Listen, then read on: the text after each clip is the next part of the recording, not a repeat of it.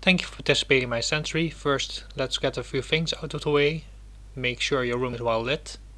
Make sure there's no distracting sounds nor smells in the room. You have to provide yourself with a spoon and a glass of water, and then you're ready to go. In the back are 4 jars with a white lid.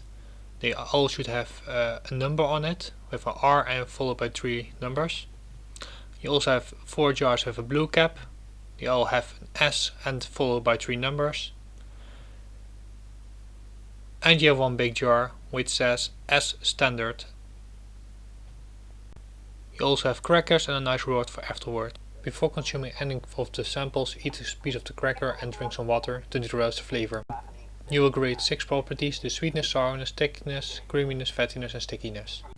You will now first taste the S standard, which is a reference for all the other blue capped samples. All the properties are graded 5.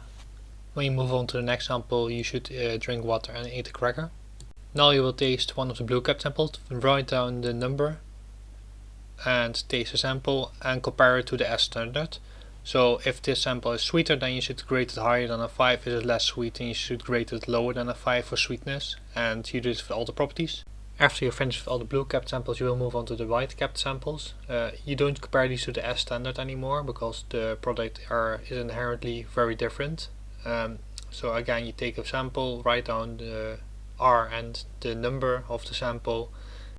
Then you will grade them based on the same 6 properties you asked before, but don't compare to the S standard anymore. And when you're finished, you can enjoy your little reward.